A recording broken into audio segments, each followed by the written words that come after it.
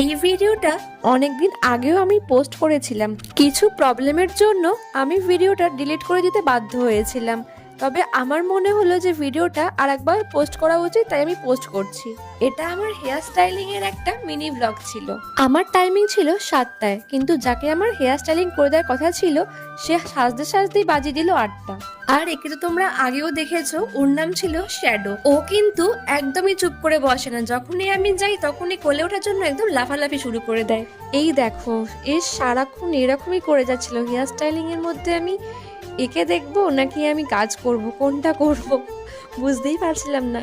তারপরে দরজা বন্ধ করা হলো, তার মধ্যেই তাড়াহুড়ো করেই এই হেয়ার স্টাইলিংটা আমি করলাম ওকে। এমনিও অনেকটাই লেট হয়ে গেছিল, তার মধ্যে তো শ্যাডোকে দেখলেই কিরকম করছিল।